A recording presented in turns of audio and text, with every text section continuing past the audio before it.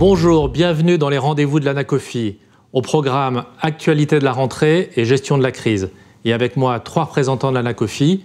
David Charlet, président de l'Anacofi, bonjour. Bonjour. Guy Cohen, vice-président de l'Anacofi, bonjour. Bonjour Laurent. Et Bernard Cohen-Haddad, trésorier d'Anacofi Assurance et président de la CPME Paris-Île-de-France. Bonjour Laurent. Bonjour à tous les 3.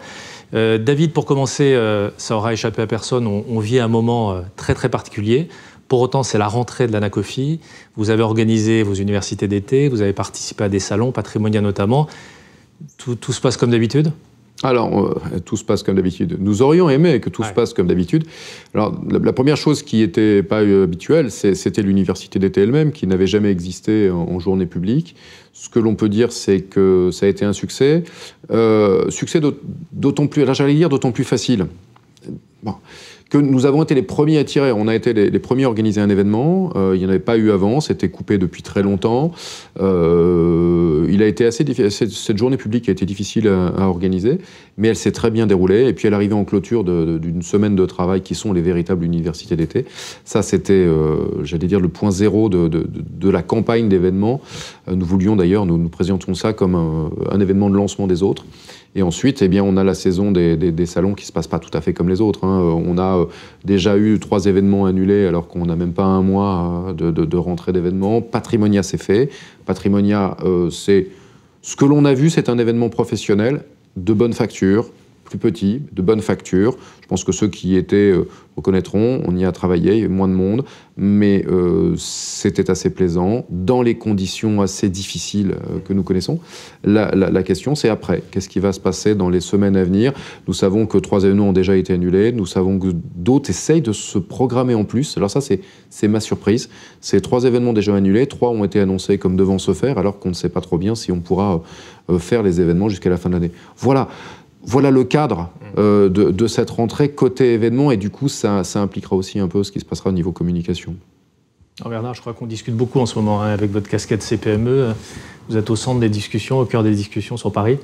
Oui, on a eu une belle université de rentrée. C'était pas facile. Je vous rappelle qu'en plein mois d'août, mi-août, il y a eu une reprise exponentielle du virus et il y avait des vraies problématiques à la fois pour les entrepreneurs, quels qu'ils soient, quelle que soit leur taille, quelle que soit leur activité, et puis aussi, bien entendu, pour l'épargne et l'ensemble des investisseurs. Donc on avait besoin de ce rendez-vous dans un contexte qui est assez anxiogène, alors que paradoxalement, notre métier, c'est de donner confiance aux investisseurs, à nos partenaires et aussi à nos salariés.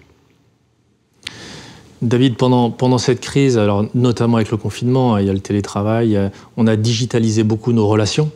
Est-ce que dans ce cadre, du coup, ça vous a conduit à modifier en profondeur votre façon de communiquer vis-à-vis de vos adhérents ?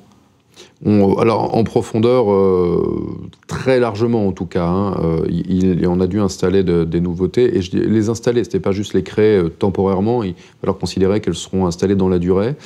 Donc oui, bien sûr, on s'est mis à produire énormément de notes qui sont devenues des espèces de rendez-vous réguliers.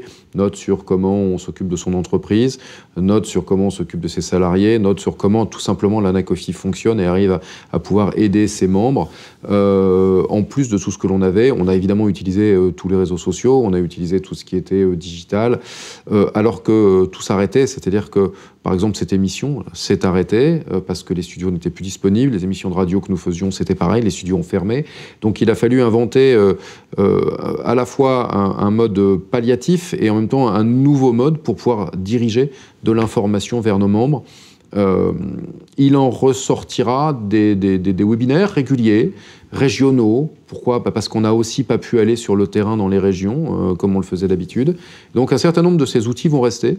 Continue d'ailleurs, aujourd'hui la plupart de ces outils continuent, voire se renforcent, et évidemment ça nous a vraiment obligés à inventer des choses nouvelles. Je pense que les notes régulières disparaîtront pour revenir sur un rythme plus classique, parce que c'est vraiment beaucoup, mais le reste par contre devrait rester. Guy ? Oui, si je peux ajouter quelque chose, ça aurait peut-être été fait, mais grâce au temps que nous avions, on a sorti un livret de l'adhérent condensé, nouveau. C'est-à-dire notre livret fait à peu près 400 pages, ce qui fait peur à la lecture, bien qu'on peut... Voilà, on peut sélectionner les bonnes pages, si j'ose dire, mais là, on a fait un livret qui est beaucoup plus facile d'accès, qui est donc disponible, et je pense que ce temps a été mis bien en valeur pour le construire. Oui, c'est l'autre élément. Hein. C'est l'un des autres éléments, c'est on a paradoxalement, nous, organisation professionnelle, eu du temps pour finir des chantiers, pour améliorer certaines choses qui existaient déjà. Donc là, Guy parle de la révolution du livret réglementaire, mais on pourrait parler de beaucoup d'autres choses où on a eu le temps de faire. Et ça a été très important. On a pu finir des choses dont on rêvait depuis très longtemps et qui ont amélioré... Alors sinon, la communication, au moins la nature des supports et leur accessibilité. Oui, cette période n'a pas été une période de suspension de nos activités de manière directe. C'est vrai qu'on a été en confinement, mais on a beaucoup travaillé sur les logiciels, on a beaucoup travaillé aussi sur les relations avec les territoires, avec les élus, avec les institutionnels, avec nos salariés. On a développé les webinaires qui n'existaient pas avant dans nos TPE-PME, il faut le reconnaître. On a développé tout un certain nombre de visios, le télétravail, ça a été le sacre, l'avènement du télétravail dans nos entreprises, qui était quand même par défaut, qui était imposé jusqu'à présent. Et puis, ça nous a permis aussi de parler différemment avec nos clients, de travailler sur nos CRM, de faire en sorte d'être plus proches de nos clients, malgré la distance physique, malgré l'éloignement. C'est une vraie révolution dans nos métiers, c'est une vraie révolution aussi dans notre relation aux autres. C'est pas ce que l'on souhaite parce qu'on aime le rapport charnel, le fait qu'on soit proche, mais on peut être proche aujourd'hui dans le respect de la distanciation et dans le respect des gestes barrières. C'est vrai qu'on sent un bouleversement dans les entreprises qui n'est sûrement pas fini.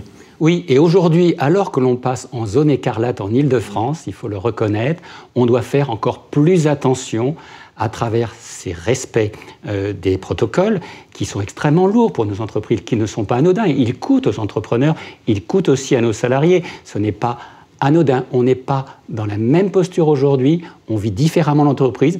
Notre préoccupation, c'est de mieux vivre l'entreprise, être aussi mieux dans nos relations et de faire attention pour que l'ensemble de l'écosystème puisse fonctionner, l'ensemble de l'écosystème puisse aussi apporter son conseil, c'est notre rôle. On sent une vraie volonté que tout continue dans un contexte très particulier, mais que les entreprises continuent à fonctionner. Oui, moi je pense que j'ai souvent l'occasion de dire que je préfère le port du masque à la mort de l'entreprise. Et que c'est ce qui nous rassemble ici. Nous sommes des entrepreneurs citoyens, des entrepreneurs de progrès. La place que nous mettons dans nos entreprises dans la cité fait partie d'une vraie réflexion dans la durée, d'un respect d'un écosystème, du respect des différences, mais aussi d'une autre façon de travailler. Ça a été l'objet de beaucoup de débats à l'université de l'Anacofi. C'est aujourd'hui plus que des débats, une réalité sur le terrain, du concret. Et puis nous sommes aussi extrêmement attachés à ce que l'information, elle passe d'abord sur le territoire. On n'aime pas trop que les choses tombent d'en haut. Ce n'est pas toujours bien vécu. David, on parle de digitalisation, de webinar, normal. Pour autant, vous venez de sortir votre magazine. Oui, nous venons de sortir notre magazine. Tout est logique. Écoutez, on avait beaucoup digitalisé à l'Anacofi, ce qui a permis d'ailleurs à l'entreprise Anacofi de pouvoir fonctionner et de basculer en moins de 48 heures vers un système de gestion à distance sans arrêter le moins de salariés. Comme le disait Guy, ça nous a permis de pouvoir finir des chantiers. Alors 100% de l'équipe est restée à la manœuvre. C'est quoi? C'est qu'on avait déjà digitalisé. Et on avait peut-être, paradoxalement, pour le monde d'hier, trop digitalisé certains aspects, notamment les éléments de communication. On avait déjà tout un plan com par les réseaux sociaux et autres, par cette émission. On avait imaginé une ossature de communication et on avait le porte-avions historique, c'est une news, mais c'est une news qui est digitale depuis des années. Et on avait oublié que cette news avait été une news digitale et papier il y a presque 20 ans, quand l'Anacofi était encore un think tank. Et on avait des réclamations. On avait des gens qui nous disaient « Moi, j'aimerais avoir quelque chose qui soit un support papier de qualité dans lequel les débats qui sont menés à l'intérieur de l'Anacofi apparaissent plus. C'est-à-dire quelque chose qui soit aussi différent de cette information, j'allais dire assez brute, assez courte, que nous donnons par des médias digitaux tels qu'on les avait créés, et peut-être avec un poil de journalisme dans l'état d'esprit. Voilà. Donc on l'a recréé. On l'a recréé d'ailleurs en partie avec vos équipes, hein, donc tout ça se fait dans le cadre de nos relations régulières. Et on a fabriqué ce support qui sera un support papier, mais aussi digital malgré tout, puisqu'on ne peut pas on ne peut pas éviter de le donner à ceux qui ont envie de l'avoir autrement. Et donc, le numéro 1 du magazine d'Anacofi, le magazine, sera disponible dans quelques jours, le temps que cette émission soit montée, et nous devrions l'avoir en format papier. Et nous le distribuerons sur tous les événements où nous passerons, sachant que dans le numéro 2 sera lui envoyé à tous nos membres. Mais là, compte tenu de la désorganisation qu'a provoqué le Covid, on va essayer une distribution sur point spot, et des envois à ceux qui le demanderont. Le numéro 2 sera lui envoyé à chacun de nos membres. Voilà. Alors, vous parliez d'ouvrages de fond. Alors, vous sortez aussi régulièrement des kits réglementaires. Oui, Guy en parlait. Les kits réglementaires sont quelque chose qui, chez nous, sont dans notre ADN.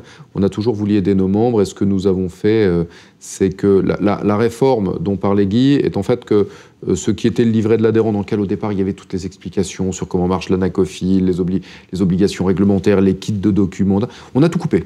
C'est-à-dire qu'aujourd'hui, ce qu'on appelait dans le temps le livret de l'adhérent est un bouquin de droit. C'est un précis de droit qui vous permet, selon vos activités, d'aller chercher des informations. Et il est resté à 400 pages, malgré tout ce qu'on a retiré, parce qu'on l'a plutôt renforcé sur répondre à vos questions quand il y a un point précis, mais il est assumé comme un bouquin de droit. Et il fallait permettre à nos membres qui veulent aller plus vite de pouvoir aller à l'essentiel et avoir des kits. Et donc on a créé 2 kits, un kit doc, donc un kit des documents types dont on a besoin dans l'entreprise, et un kit des procédures types de l'entreprise, là aussi très rempli, et qui auront des versions digitales l'un comme l'autre. Alors qu'est-ce que c'est qu'une version digitale ? Pour l'instant, c'est une version qui est pré-remplissable, mais on ne s'interdit pas d'aller un cran plus loin, puisqu'on a déjà digitalisé la partie book de droit dans un outil qui permet d'aller faire des recherches et de ne plus lire les 400 pages. Et toutes les informations sur l'association elle-même vont se retrouver en fait dans 2 supports, en dehors du site bien sûr, puisque j'ai bien sûr tous les supports sites. C'est le rapport public, ce que l'on appelle chez nous donc le rapport public, et puis ce nouveau magazine. Et du coup, vous choisissez la lecture que vous voulez, plus ou moins journalistique, plus ou moins je veux comprendre mon métier, regarder les études qui ont été faites par l'Anacofi, ou je cherche plutôt des éléments de droit, ou je veux juste mettre mon entreprise à jour sur ses obligations et j'attrape les 2 kits et on attaque. Voilà, on a refait ce travail-là et je pense qu'on a fini. En fait, maintenant, la seule chose, c'est quel type de vecteur pour porter ça. On pourra peut-être évoluer là-dessus, mais on a fini cette construction. Je reviens en arrière sur le confinement. On a observé que les Français ont moins consommé. J'ose pas dire qu'ils ont épargné, parce que le mot épargne, mais en tout cas, ils ont moins consommé que d'habitude. Ça représente des sommes quand même assez considérables. Qu'est-ce que ce comportement vous inspire ? Alors, de ce que nous en comprenons aujourd'hui, ils ont stocké. La question, c'est que vont-ils en faire après ? Et ce stock va devenir épargne, va devenir investissement, va devenir réserve de sécurité ou être stocké dans l'attente d'eux. Voilà. Aujourd'hui, on en est là. Aujourd'hui, on a stocké. Tout l'enjeu est maintenant de savoir ce que ça doit devenir, ce que ça va devenir. Voilà ce que ça m'inspire à cet instant précis. Donc ce sont les semaines et les mois à venir et le travail que nous allons tous faire avec nos clients qui vont décider de ce que ça va devenir. Et tous les enjeux, ce sera le fait d'amener cet argent dans l'entreprise, le fait de s'en servir dans l'entreprise. Enfin, là, pour le coup, je pense que Bernard et Guy peuvent en parler. Mais pour l'instant, nous, le constat, c'est stock. Et après ? Ils n'ont pas encore décidé. Certains, oui, mais il y a déjà une question qui est importante pour beaucoup. On parle de 110 milliards, mais vous avez plus de 25 millions de foyers. Vous divisez cette somme par 25 millions, vous voyez que ça fait pour certains juste quelques mois de salaire stocké. Quand on vous dit que le chômage arrive peut-être, il n'est peut-être pas temps de les investir. Vous en aurez peut-être besoin dans les mois à venir. Vous ne le savez pas encore. C'est pour ça qu'on dit, il est stocké, c'est sûr. Certains vont pouvoir l'investir, c'est vrai. On en est au moment du stock. Si je peux dire, dans l'entreprise, dans l'épargne salariale par exemple, il y a eu des progrès avec le père collectif, mais c'est vrai qu'aujourd'hui, les salariés ne sont pas encore touchés de plein fouet par la crise, parce que même s'ils sont licenciés, il y a des périodes où ils touchent l'argent normalement, mais ils se font du souci, et c'est normal qu'ils sont dans l'expectative. Alors, nous-mêmes, nous ne les poussons pas trop à investir, puisque dans l'épargne salariale, c'est bien marqué, si vous avez besoin de votre épargne dans 5-6 ans, vous pouvez la mettre sur des fonds différents, et il y a des fonds même très intéressants qui sont faits pour les entreprises de proximité, mais évidemment, on est dans une période d'expectation on attend un peu comment ça va se faire. Bernard? Oui, Laurent, on vit dans un monde un peu particulier. On a eu une très forte épargne. Moi, j'appelle ça épargne. Hein. Le Français moyen, quand il met de l'argent sur un compte, il épargne. Là, on est entre professionnels, mais lui, il épargne, il met de côté. On a eu 22 milliards en 3 mois. C'est exceptionnel, il ne faut pas l'oublier. Et puis, paradoxalement, sur le livret A, il n'y a pas eu de décollecte. C'est-à-dire, sur les autres supports, ceux dont nous faisons la promotion, il n'y a pas eu de retrait d'argent. C'est-à-dire qu'il y a vraiment de l'argent mis de côté pour une période qui est difficile, dont on voit bien qu'elle va durer sur la fin 2020 et sur 2021. Notre préoccupation aujourd'hui pour nous, entrepreneurs, et aussi citoyens, c'est de savoir comment cette épargne peut être utile pour la relance économique, pour l'activité économique, d'une part pour sauvegarder l'emploi, mais aussi pour faire en sorte que ceux qui arrivent sur le marché de l'emploi, je rappelle 900 000 jeunes au mois de septembre qui arrivent sur le marché de l'emploi, dont on ne sait pas s'ils pourront trouver des débouchés, comment on peut réorienter cette épargne utile vers le monde de l'entreprise, à travers, bien entendu, des supports non cotés. C'est déjà le cas de produits, puisque BPI France a annoncé la création d'un produit pour des investissements de plus de 5 000 €.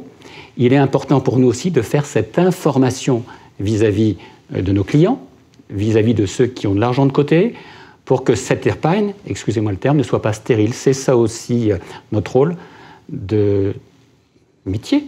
Notre métier, et puis aussi le rôle d'entrepreneur, parce qu'on voit bien que l'économie a du mal à retrouver son plein exercice, son pleine activité. Aujourd'hui, on est entre 70 à 80% de l'activité économique par rapport à 2019, qui était déjà de 20% en dessous de l'activité de 2018, parce qu'en 2019, on avait les gilets jaunes. Donc vous voyez, il y a de vrais enjeux, et c'est notre rôle de le dire, c'est notre rôle de le dire aux citoyens, c'est notre rôle aussi de le dire à l'État. Ne changez pas les règles, on a besoin de stabilité normative, on a besoin de confiance, et on a besoin aussi de périodes apaisées. Une remarque pour conclure là-dessus. Hein. L'Anacofi représente 2 grands corps de métier qui là-dessus, seront au cœur de la bataille. Nous ne sommes pas la cause, mais nous sommes une partie de la solution. Nous avons les métiers du patrimoine et les métiers du conseil en finance d'entreprise.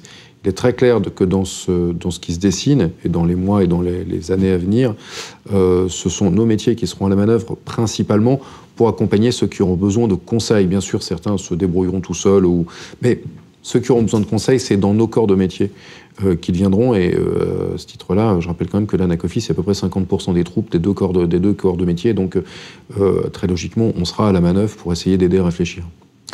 Et dans cette période particulière, est-ce que ceux qui placent, est-ce qu'ils ont modifié leur stratégie? Est-ce que vous avez observé Pour l'instant, pas tant. C'est toute la question. On est dans un moment d'attente, mais comme l'a dit Bernard, on a vu les gens ne pas sortir leur épargne de là où elle était. On les a vus stocker sur les comptes, mais celles qu'ils avaient, on n'a pas vu cette fuite que l'on pouvait imaginer. On voit qu'ils reviennent, ils repensent immobilier. Alors un immobilier différent, mais en proportion, on ne croit pas comprendre que ce soit plus ou moins qu'avant. Donc, en termes de stratégie, pour l'instant, de ce moment-là, mais je ne dis pas que ça ne changera pas dans les quelques mois à venir, on ne voit pas de grands changements de stratégie, à part cette épargne de précaution que moi j'appelle stock, en attendant de savoir ce que c'est. Et pour ceux qui y ont, non. Alors, il y a quand même un phénomène qu'on a noté, c'est que certains sont opportunistes. C'est-à-dire que ceux qui n'imaginent pas avoir de sujets majeurs, de problématiques majeures dans les mois à venir, qui ont un peu d'argent et qui ont une certaine culture, sont allés se positionner. Et on parle par exemple, de 150 000 nouveaux investisseurs à la bourse et de jusqu'à 500 000 si on considère ceux qui n'avaient pas investi depuis 2017 à la bourse. Ça, ce sont des vrais marqueurs. Ceci dit, je vous rappelle que si on rapporte ça au nombre de foyers en France, on est sur quelque chose qui est notable, mais qui n'est pas une lame de fond. Mais oui, on voit aussi ce type de comportement, et je pense qu'il suffirait qu'on ait un décrochage sur certains marchés pour voir ça s'amplifier. Simplement, quelle proportion viendra se positionner comme ça? Mais si je peux compléter ce que tu dis, bien sûr, sur ce constat, je suis complètement d'accord. Il y a quand même quelque chose de très étonnant avec le Covid, c'est que les gens cherchent, quand on parle avec des clients, avec des jeunes surtout, le sens de leur investissement. On voit les investissements ISR intéressés de plus en plus. D'ailleurs, on a des adhérents qui sont très spécialisés dans l'ISR et qui voient que ça bouge au niveau du sens. Et ça, c'est quelque chose, c'est un marqueur de notre nouvelle économie. On l'a vu dans toutes les crises. Si on se rappelle des crises précédentes où l'Anacofi, on était déjà présent et on a tenu des statistiques et on a senti le vent. On l'a toujours vu. Alors ça n'a pas forcément eu la même. On n'a pas utilisé la même terminologie. On l'a pas. Mais on a toujours eu crise, recherche de sens.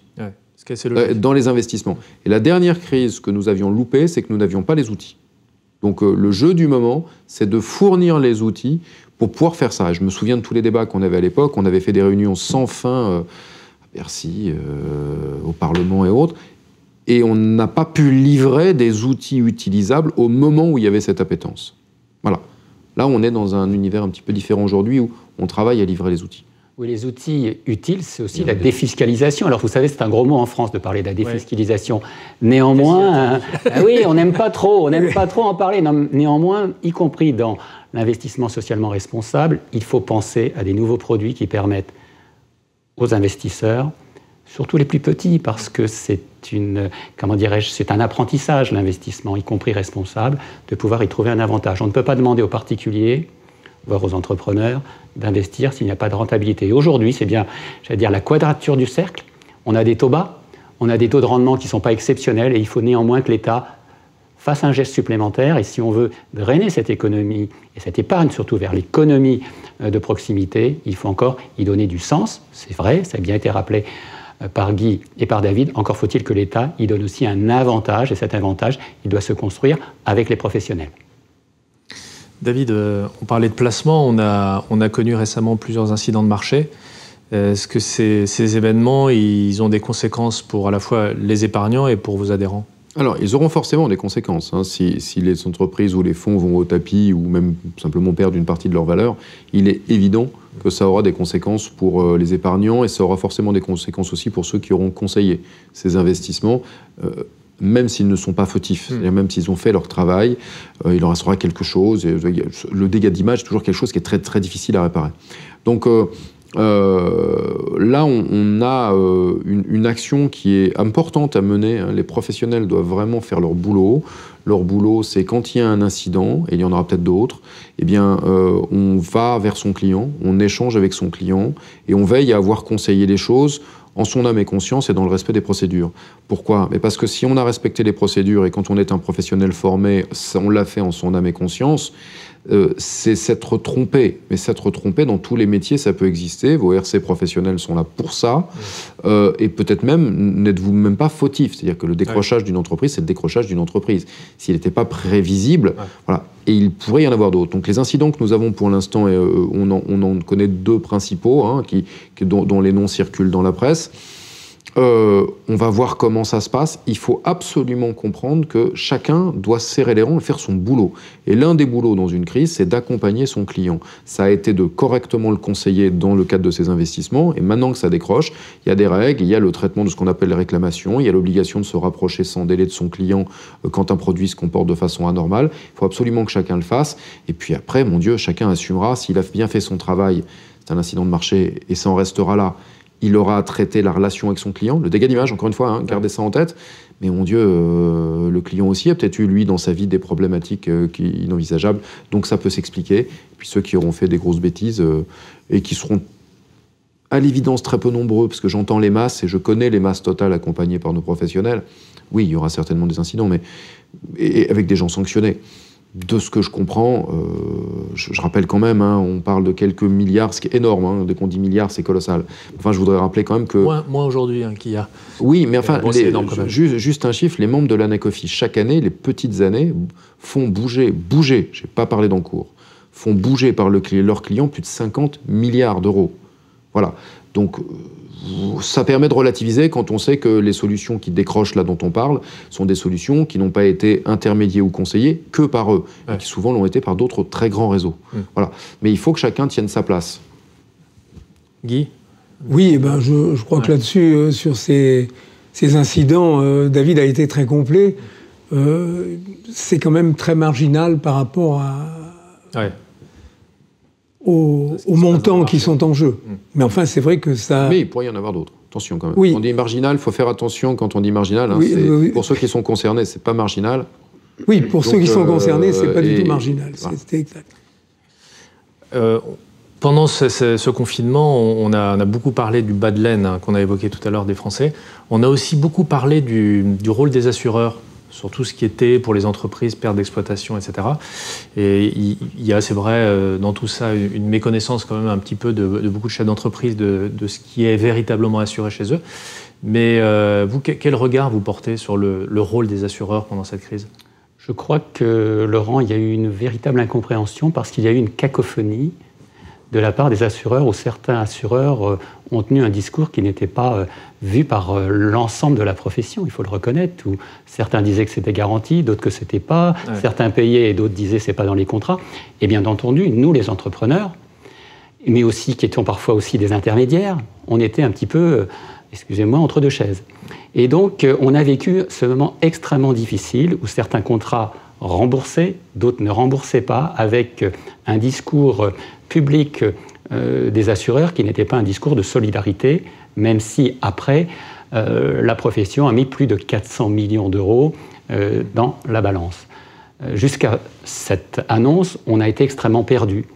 Et c'est vrai qu'aujourd'hui, il faut, comment dirais-je, veiller à ce qu'il y ait un discours d'accompagnement, de transparence, aussi penser aux TPE-PME, parce que ce risque pandémie, qui a fait écho au risque meute qu'on a vécu pendant 18-20 mois, n'est pas un risque anodin. Il ne convient pas de pénaliser les plus petits par une prime obligatoire. Et puis aussi, il faut faire de la transparence, de l'accompagnement, et puis faire en sorte que nos métiers, c'est-à-dire ceux des intermédiaires, parce que là je représente aussi les intermédiaires, tout en étant une TPE-PME, se fassent dans le dialogue, et aussi dans la stabilité. Il n'est pas bon qu'un contrat soit changé en cours, il n'est pas bon de ne pas payer quand ce n'est pas possible. En revanche, dans une période exceptionnelle, telle que nous l'avons vécue, où l'État a joué son rôle à travers, vous savez, les PGE, à travers les fonds de solidarité, à travers aussi les fonds résilience, où on a mis du chômage partiel, de l'activité partielle sans précédent pendant plusieurs mois, y compris jusqu'à l'été 2021, les assureurs devaient avoir un autre langage. Ils l'ont aujourd'hui, dont acte, c'est une bonne chose, grâce aussi au rôle de Bercy, qui a mis en place un groupe de travail qui vient de terminer sa réflexion.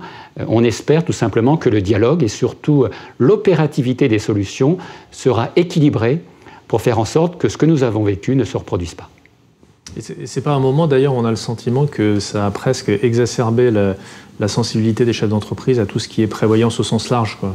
Oui, c'est vrai, parce que jusqu'à présent, les chefs d'entreprise, vous savez, avaient né dans le guidon et ils pensaient que leur capacité de travail, la capacité aussi de se développer à travers leur projet entrepreneurial suffirait.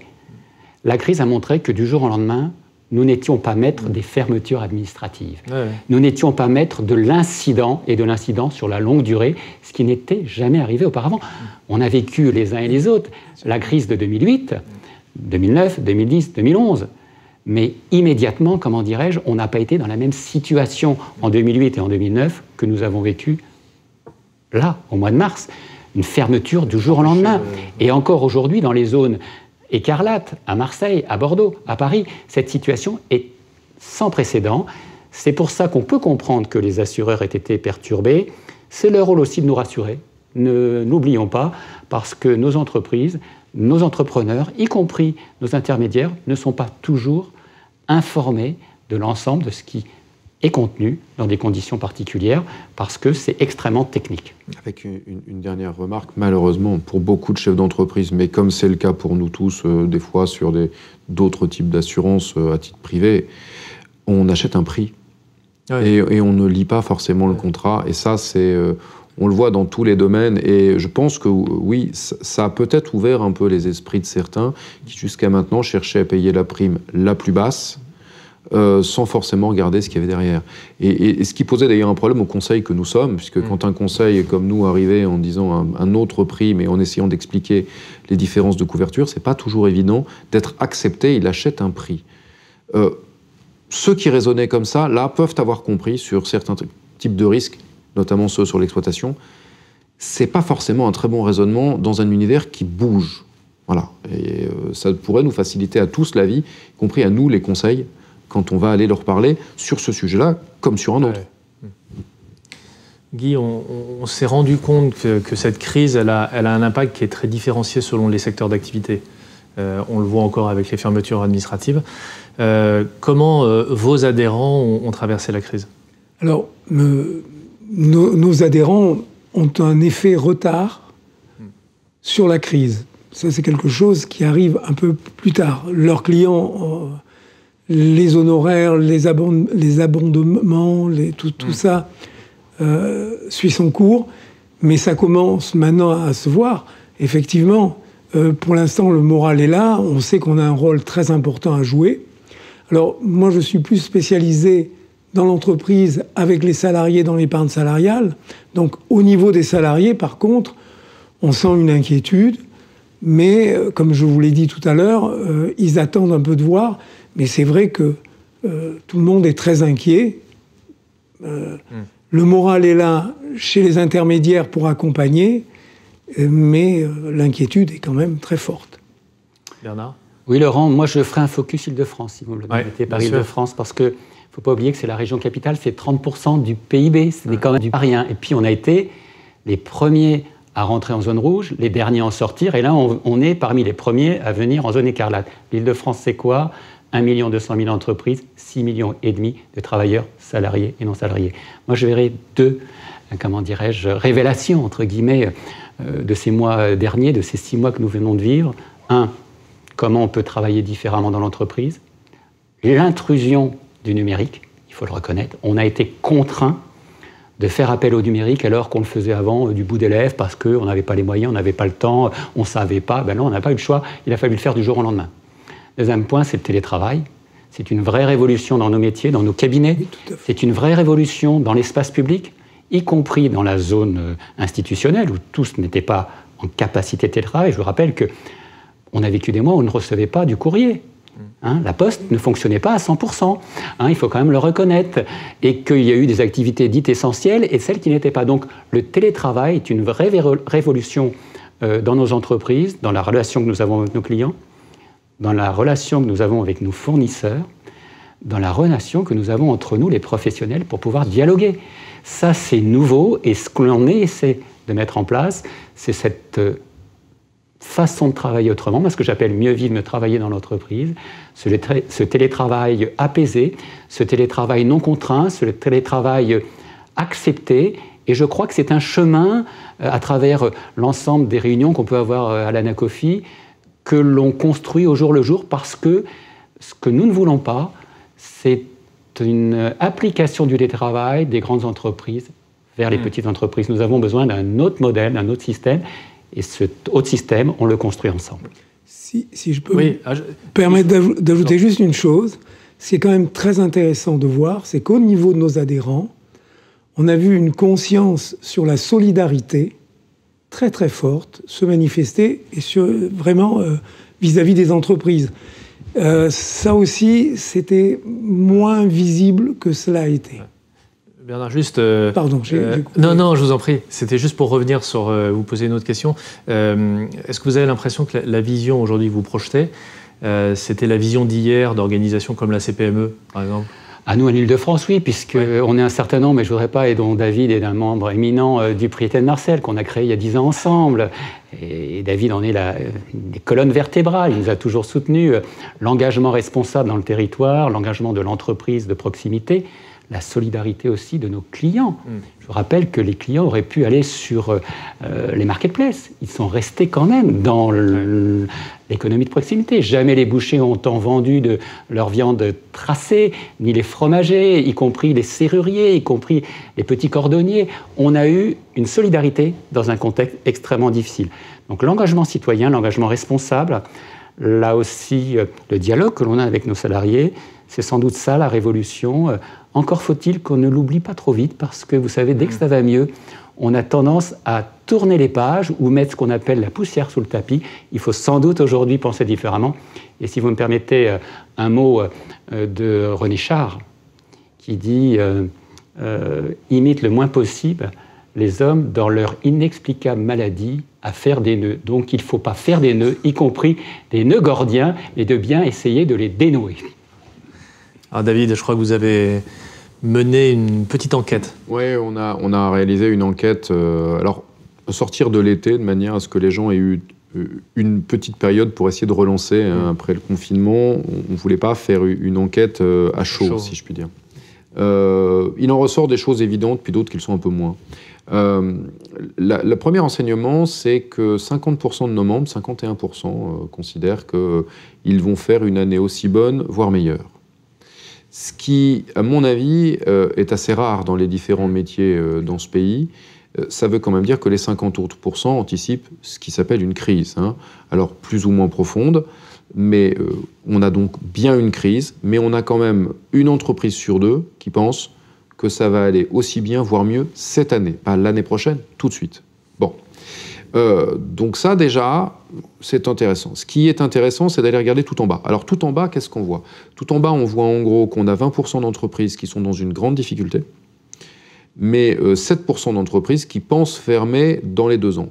Ce 7% d'entreprises, quand on sait que le taux naturel de destruction, c'est 7% par an, la question est-ce que ce 7 est en plus des 7% annuels quasi naturels, ou est-ce que comme il y avait déjà des fermetures d'entreprises qui n'arrivaient pas à s'en sortir, c'est dedans?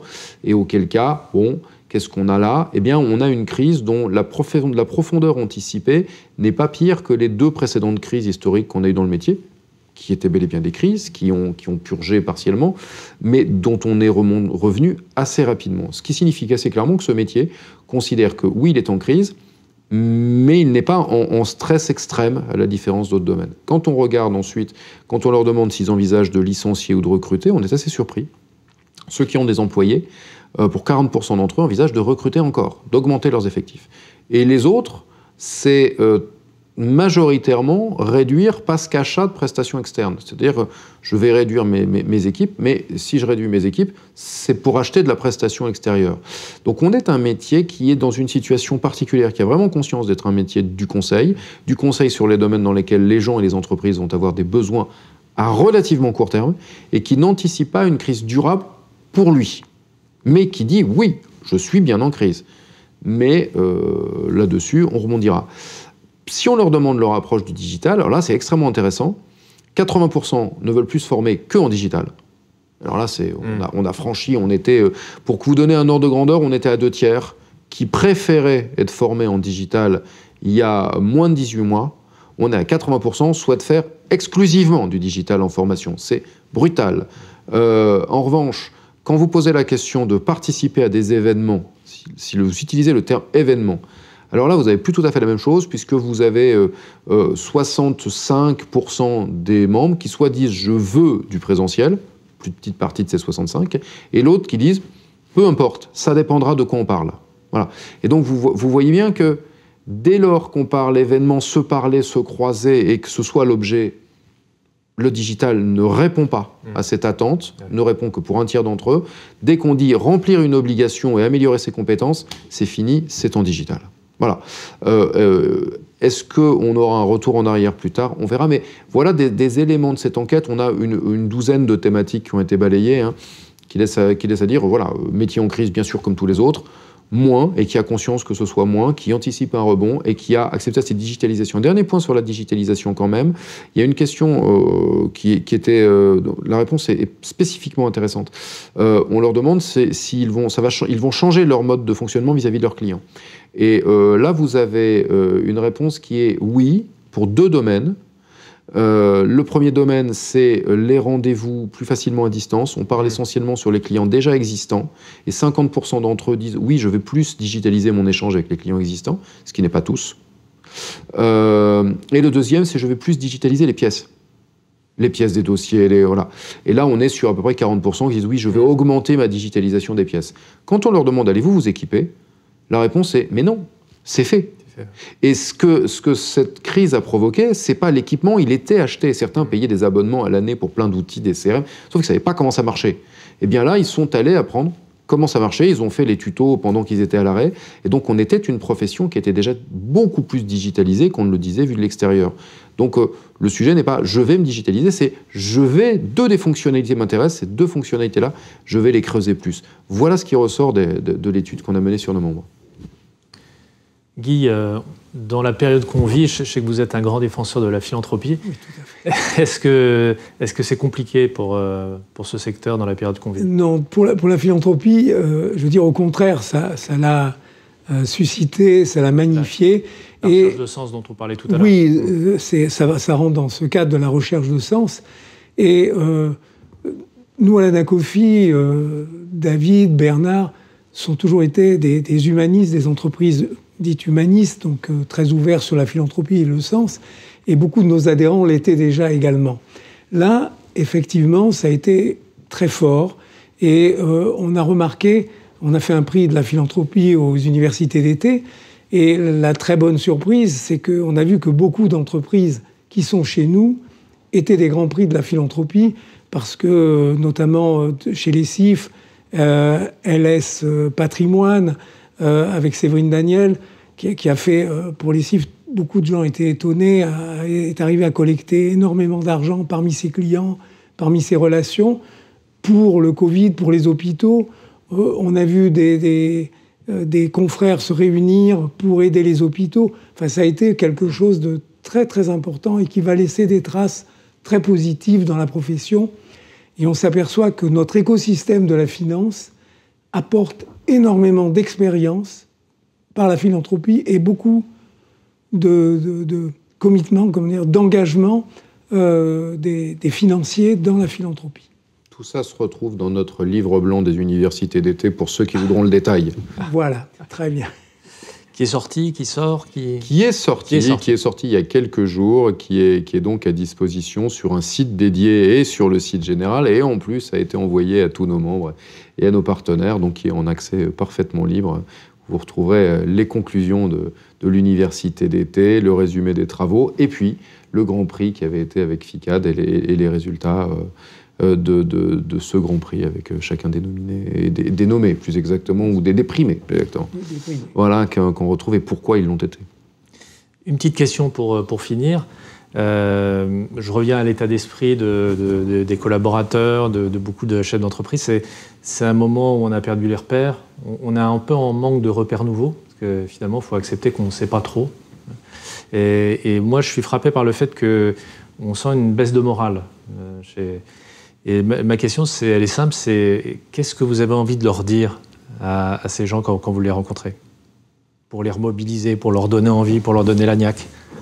Pour leur donner la niaque, je leur dirais quelque chose d'assez simple. Non, mais on lâche jamais son binôme. Ça parlera à certains.